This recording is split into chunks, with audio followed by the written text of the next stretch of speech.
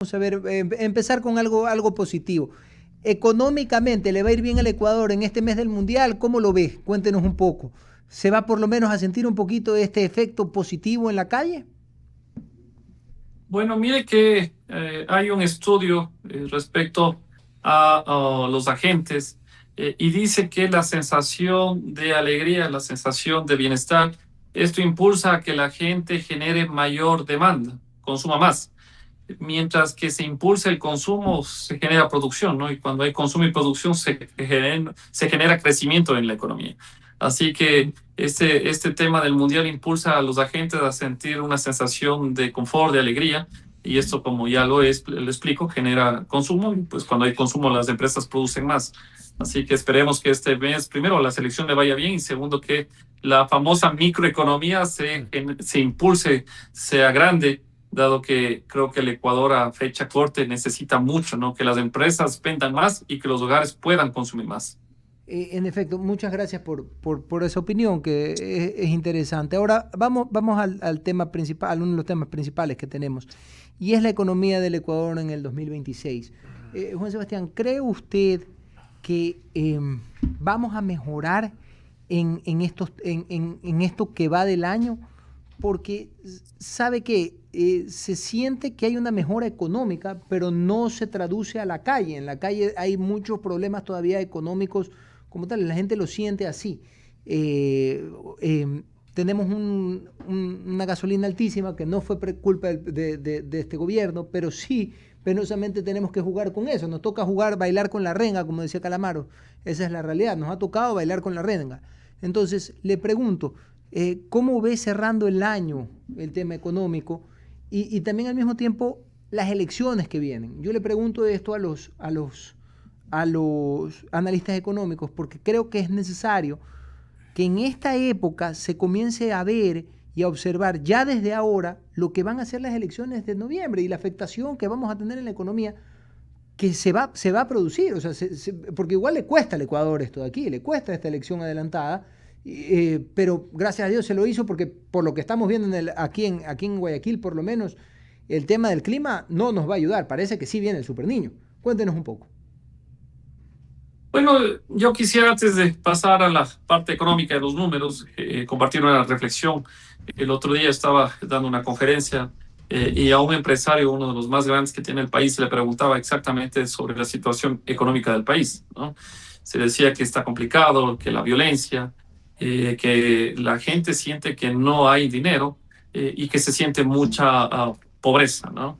Este empresario con mucha habilidad supo responder que el que cree que en Ecuador hay pobreza es porque no ha vivido ni en la India ni en el África, ¿no? Entonces, si bien la economía no es que yo lo defino como no una economía en crecimiento, sino una economía en recuperación, no es que estaremos viviendo el mejor momento, pero sin embargo la economía se está recuperando, ¿no? Hay continuidad política, lo cual genera continuidad en torno a las decisiones empresariales. De la noche a la mañana no es que vamos a tener a un Ecuador creciendo como Argentina en 9 puntos porcentuales, pero sin embargo creo que sí está cogiendo un norte. Este gobierno, a mi criterio, es el gobierno de la macroeconomía, el gobierno de la credibilidad internacional, y claro, falta todavía mucho por generar el efecto impulso para la producción y para la demanda, ¿no? Eh, Muchas personas efectivamente hablan del riesgo país. Sin embargo, la crítica es que con el riesgo país no se alimenta, el riesgo país no tiene olor ni tiene sabor, pero sin embargo es un insumo para que el país pueda direccionarse hacia un crecimiento. Yo leía la literatura de cómo países que partiendo de una instabilidad política, de un decrecimiento económico muy similar al Ecuador, lo que ha vivido en los últimos años, cuánto tiempo les tomó para estabilizar sus economías. Y mire usted, en los 90, por ejemplo, el expresidente Fujimori le tomó al Perú estabilizarla en 6 años. De esos 6 años, los 3 primeros años, casi cuatro, le tomó estabilizar la macroeconomía, y los siguientes 2 años, a efecto de la estabilización macro, ya la microeconomía se impulsó. Las empresas comenzaron a producir más, a vender más, y los hogares tuvieron más dinero para poder consumir más, ¿no? Del mismo sentido, Brasil en los 90. Le tomó al presidente de aquel entonces 7 años en estabilizar tanto la macro y la micro. Entonces, claro, el Ecuador es un país que viene de una desestabilización política, falta de institucionalización, una realidad interna de violencia, de delincuencia, muchos factores que azotan al país, ¿no? De carácter económico, de carácter social. Pero sin embargo, ya el solo pensar que a nivel internacional somos bien recibidos, que se nos están abriendo las puertas, de que hay acuerdos bilaterales, de que por lo menos Emiratos Árabes Unidos le regresa a ver al país para invertir, para generar inversión, pues algo bueno se estará haciendo. De que está hecho todo, no está hecho todo. A nivel microeconómico creo que falta generar política pública y en especial creo que la falta de política pública debe ir hacia la ruralidad. Creo que uno de los pecados de los últimos gobiernos es que creían que ayudar al agro y a la ganadería era impulsar para que van a Ecuador de créditos, ¿no? Yo creo que con eso no es que se va a impulsar el agro ni la ganadería. Mucha gente de la ruralidad inclusive no saben lo que es Ban Ecuador. Entonces, no se puede pensar que generando créditos con tasas preferenciales de Ban Ecuador se va a poder resolver el problema del agro. Creo que impulsar política pública para dar soporte al sector privado, a las empresas, para que las empresas se sientan en la comodidad de contratar más personas, de invertir en vez de sacar sus dineros excedentes fuera de la economía nacional. Creo que eso le hace falta al Ecuador y a la política pública que hoy por hoy se ve hacia dónde se está direccionando, ¿no? Lo que creo que es importante es que este presidente, el presidente Noboa, da señales interesantes que a nivel internacional lo cogen bien. La reducción del tamaño del Estado, el direccionamiento del dinero público y, claro, política pública en torno a tasas preferentes para activar el sector de la construcción. Sí, Son economista. señales importantes que, de cierta manera, parece que avisora que es momento de la microeconomía, es momento de activar la De microeconomía. acuerdo, economista. Y vamos a hablar de eso, en efecto. Esta confianza en el mercado internacional que usted ha señalado en varias ocasiones en su respuesta nos ha permitido regresar al mercado de bonos, por ejemplo, con dos colocaciones importantes de bonos que sirven para en alguna medida paliar el déficit fiscal y que hay colegas suyos interpretan como una buena estrategia con miras a no subir los ingresos del Estado vía impuestos. ¿Usted lo interpreta así? ¿Cree que en agenda de la política económica del gobierno nacional está recurrir a nuevos impuestos o van a estar un poco aguantados por esta colocación de bonos que se ha hecho?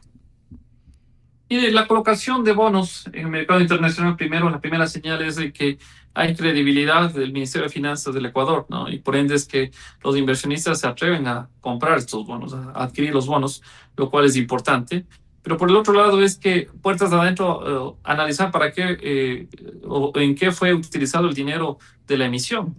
El dinero de la emisión fue utilizado para recompra de deuda, aplazar, a patear para adelante y darle oxígeno a la economía en deuda del año 2034 y deuda del año 2039 y en tener liquidez inmediata de $1.000 millones. Esa liquidez inmediata va direccionada hacia la obra pública, ¿no? Entonces son señales importantes con coherencia que se están tomando, ¿no? Otro factor importante es que veíamos, por ejemplo, en el año 2001 había un importante incremento de las reservas internacionales. Luego ya en ese gobierno de 10 años se utilizaron esas reservas y pues ya sabemos a nivel internacional cómo se lo visualizó al Ecuador. En este gobierno de la misma manera las reservas incrementaron, eso también genera credibilidad.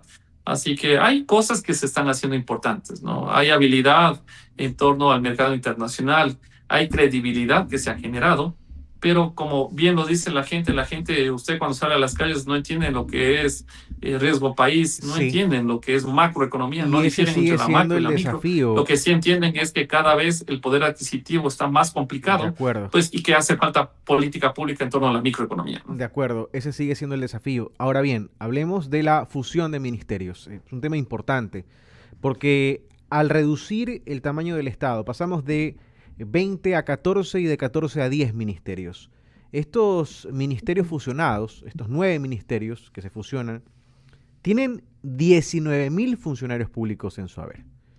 Eso implica que va a tener que salir gente a la calle. Otro mal síntoma de la reacción colectiva que va a haber respecto de esta decisión. ¿qué hacemos con esa masa laboral y qué hacemos con el presupuesto? Porque estos ministerios fusionados, estaba revisando, tienen un presupuesto codificado de 3.300 millones de dólares. Primero hablemos de los funcionarios. ¿Qué va a pasar con ellos?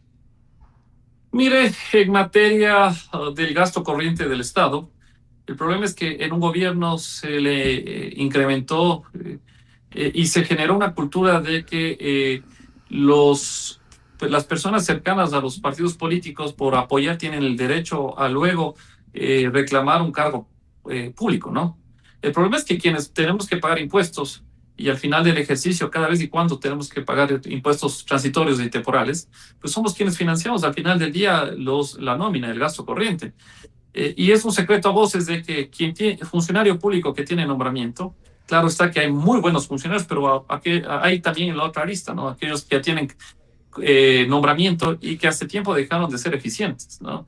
Creo que si la misma función y la misma cantidad de personas tuvieran que enfrentar una realidad del sector privado, creo que con la tercera parte podrían cumplir las funciones y tal vez serían más eficientes. Entonces, bueno, por el lado de la reducción y la eficiencia creo que es positivo. Por el lado del impacto en torno a las finanzas públicas, pues apenas a nivel del Producto Interno Bruto, con esta reducción habría un impacto del 0.10%, a nivel del presupuesto general del Estado del 0.33%. No es que con esta fusión, absorción o eliminación nos vamos a mejorar como país y va a eliminarse el déficit fiscal, ¿no? En ningún caso, pero son señales que el gobierno está dando.